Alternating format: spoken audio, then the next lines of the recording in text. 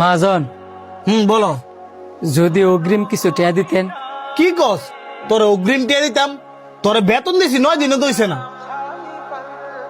চাইলাম হইলে না, সামনে ঈদ তো, বাসা সবার লেগে মার্কেট করা লাগতো না। ও, তুমি মার্কেট করবা, এর লেগে তোমার ওখানে আমার অগ্রিম টিয়া দিতে হইব? আর তুই জানোস না আমার ব্যবসার অবস্থা যে অনেক খারাপ। কিন্তু মহাজন, আমার যে লাগতোই। তোর যে বারবার কইতাছি, তোর কান্দা কথা যাইতাছে না? যা, ব্যবসার চিন্তা এমনি ভাল লাগে না, হ্যাঁ আবার অগ্রিম টিয়া চাই। তোর কর্মচারীর সাথে কিন্তু তোর এত খারাপ ব্যবহার করাটা উচিত হয় নাই। সে একজন মানুষ, তারও একটা মন আছে। তোর ব্যবসা খারাপ যাইতেই পারে, তুই যেমন তোর ব্যবসাটা লাইগা সারাটা দিন চিন্তা করস, সেও কিন্তু তোর ব্যবসাটা লাইগা সারাটা দিন পরিশ্রম করে।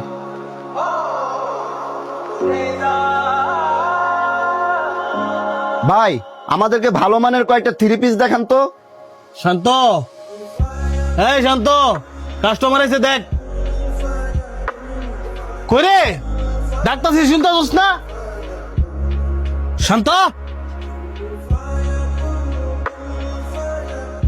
আল্লাহ গো, আমাদের ব্যবসার অবস্থা অনেক খারাপ।